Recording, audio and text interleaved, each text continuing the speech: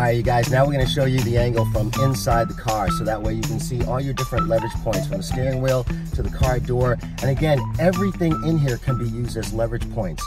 I can take any of this and use it as a weapon. So I'm going to have Dave come in right now, and I'm going to walk you through the scenario again. He reaches in. So right from here, I stay in my vehicle, I move away, and you can see already, I open up that negative space, I grab, I instantly push to the steering wheel, making sure that I put pressure above that elbow, and you'll feel the nice, soft, squishy spot right there. Put that bladed bone, grab that steering wheel. I got him in place right now. He's not going anywhere. If Dave was holding a gun or a knife on a carjacking or any other type of violent crime, right here, pull that in. Here, start hitting that and make him disarm. Boom, grab that weapon. Again, right here, taking the pressure point right there into the wrist, I trap. And then to get the leverage, this is also a very important key point. If I grab here, there is no pressure. Bring your elbows forward as you can. That's going to increase that pain and tension to the point where I can let go now, right from here, and I still have that person trapped. You can grab finger chin up, boom, and just start breaking fingers if you wanted to. Now, right from here, I take it to my next lock. You see, I lean back, clear that over, put his hand on my own window, grab the steering wheel. There's a tripoded same side shoulder wrap, and you see there's that pressure point that I can lock in there, hold them nicely, put the car in gear and floor it, put him in a world of hurt.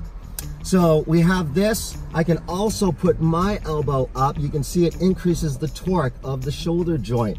I grab here, lock that, more pain that I can put. All right, so just making sure that you guys see how we're using this. Also, going back to the armbar real quick, if you didn't want to take this, I can also come in, pull, put it behind the steering wheel, use the steering wheel as my tripod, and just break that right there. Hold that now in place, and now all I have to do is just, again, tripod against the steering wheel. I got a nice tight grip right there. I can still hold them. This hand is free to do whatever. If I needed to go for disarm or reach for a weapon, give them some vitamin E right here. You have all of that.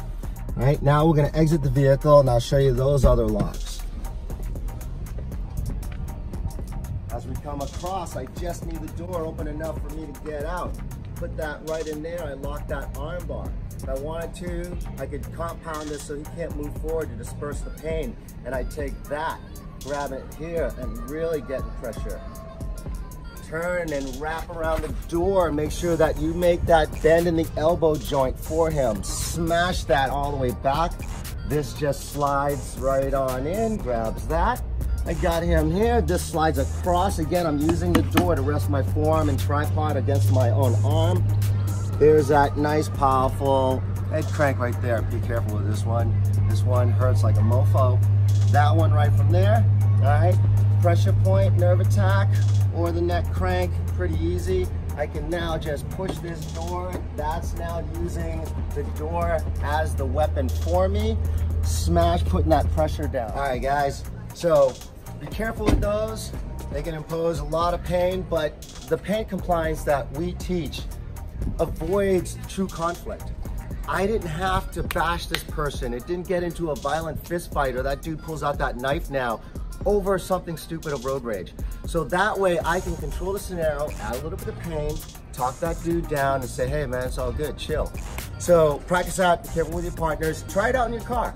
And also, all you other martial artists, what would you do in that scenario if you had someone coming in like that? Give us a video, share your thoughts, let us know what you would do. As martial artists, we like to share knowledge. And then for the trollers, give a comment, but make it, critique it. See what you would do better. Maybe we did something that not to your liking. We can always improve. But again, try to do that more than just trolling. Again, this is Jing Shen Poshu. Stay tuned for the next video. It's gonna be badass. See you.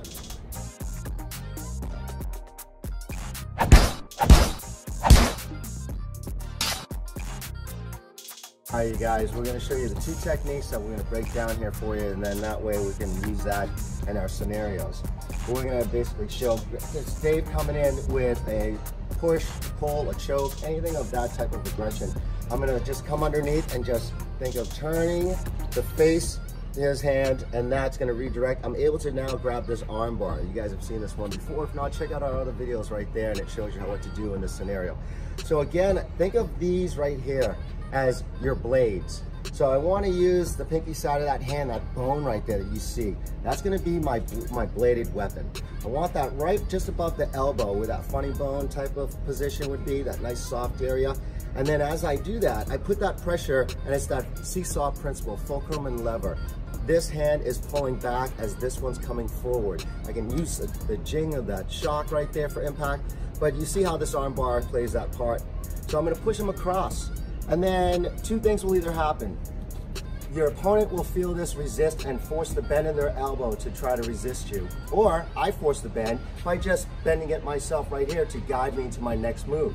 Armbar feeds so nicely into a same side shoulder wrap. So all you can see, I'm just passing that across to his back, and I need to grab the elbow joint. Biggest mistake I see everyone doing on this is they'll grab up into the shoulder. So when you swim here, it leaves me very vulnerable, because if Dave stands up, I'm really susceptible to a V shoulder lock. So if I grab the elbow, I have the greatest leverage point, so that way I can hold that. And again, on the self-defense side, Dave tries to stand up. That becomes painful on the ball and socket joint of the shoulder, because I'm just now leveled and stabilized right here on the ground. And then right here, you can see this is tightly secured. So again, if we start from the beginning, as the aggressor comes in, I'm just gonna redirect. Now, great thing on this, you guys have two options here. I could come underneath and turn my shoulders and deflect, and that gives a nice wrist trap right there. Or if I feel that I can't come underneath for whatever reason, and there's actually this scenario in the car you'll see, we're gonna come topside as well. And I always say, use it like you wanna think of crushing something. So I wanna grab the meat portion of their hand, grab, crush, and turn my shoulder. And you'll see as I do that, it turns my opponent around, it's gonna lock their elbow, and I get a nice compression and wrist lock right here. If I put forward pressure, that becomes very painful. I can still put my arm here and have that trapped arm bar again. So you're gonna see, we could come from the top position, turn, and we have that arm bar. Or I come underneath and get the sturdy wrist grab as well and have that arm bar. When I come on that shoulder wrap and I pass right here, if I'm standing and doing this, in the car you don't need to, I'll show you, but when you're standing, I can't bend his elbow because it goes into me. So as I do that, you'll see my fingers right here. I just kind of pull up, and that forces the bend. I move my hips back. That allows the clearing space of his hand to get across to touch his own back. His elbow is right there within the reach. Now, nice, I can close this off. I'm gonna come across the shoulder, his arm, elbow line at that angle. I'm gonna use just the pinky side of my hand. I'm gonna come across to where I feel the bridge of his eyes, his eyebrows. Right there, his eye socket. Very painful. Now, all I do is I just crank that up. Very painful neck crank. Be very careful when you guys practice this, because this one is no joke. The other thing I can do too, I can come across that same line and use these right here, and I'm gonna attach, and I'm gonna grab this pressure point right here in the trapezius. It's the pressure point closer to the neck, not to the shoulder. So if you grab it down here, you're gonna miss that.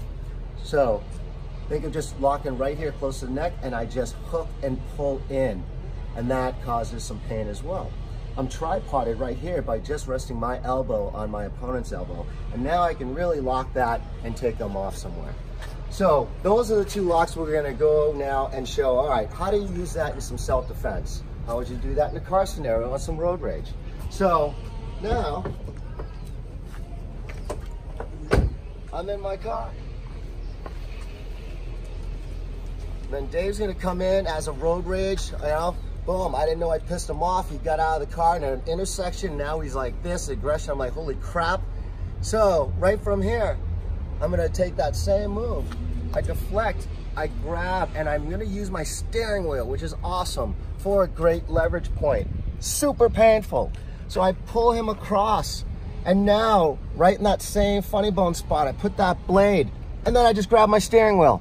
And then I just squeeze and put that pressure on, cause some pain. And then right here in this hand, see his wrist, pressure point right on the inside of your, right here, right by that wrist joint. I grab that steering wheel and I squeeze, and this is just a crazy crush. Now, the other thing too, I can let go, still hold enough pain and pressure here where he can't move and can't try to pull out right from here. So right from here, I can do a bunch of stuff. I can talk this person down, which is what you should do. Say, hey bro, cool it down, chill. It was just a red light. It's not worth dying over. So I can just cool this dude down, and also his other hand is out of reach. So he can't cause any threat with that other hand to hit me. So now I can talk that person down. If it's a life or death scenario, I take this, put it in gear, and I'm taking off. Now, other scenario, he tries to bend, he broke this lock. It bends, I push. I now lock the same side shoulder wrap. I put his hand now on that windshield right there, and I can crank and I can grab that steering wheel and just hold that. If I want even more pain, I put my elbow on the window sill right here, grab the steering wheel, tighter lock right there. This reaches across. I can still take that painful pressure point, put that hurt into him, and now say, bro, you better cool down or I'm gonna really hurt you. So this is another great one right there. Again, be very careful, guys, because this one is no joke as well, all right? So now we have these two locks here. What if I need to exit the vehicle for some sort of reason, right? So maybe I gotta help save a different loved one. So I get this scenario. Now we come on the top side. I take that crushing sensation, peel across, and I just hold it. Straightens my opponent, right? Now right from here, yes, I can do things of that nature. I got that compression wrist lock. I now lock and push, open my car door. I can exit the vehicle. Now at this point, this is the coolest part. Watch how you can use this door as a third arm leverage point. I grab, I lock that. If I slam that, that's the broken elbow right there. If I want to go for control or pain compliance, I just turn, use the door as the bending fulcrum, slide my hand underneath, using my forearm and my hand now, and I trap. Same side shoulder wrap, use the door. If I just now squeeze and contract my forearm muscles, that door metal just digs into your opponent's forearms right there. Super painful, bam. I come across here, same thing. Reach that hand, tripod, put it right over the eye socket. There's that painful crank. Now from here, I can take down any threat and say, look, dude, you better calm down. Now, the nice thing from here, if he becomes a bigger threat and I don't want to hold and tie myself up here, might have to fight another opponent. Right here, I just basically push that head down, push the door to where it's gonna slam. This is the best. His arm is still behind the door. Bam, that's gonna hurt. Take both hands, push. If I want some extra pain, I can just start hammering that. I can start kneeing him. I can hold this at bay with pressure and fight this next person now that might be coming at me. So whatever reason, I have complete control with some pain behind that.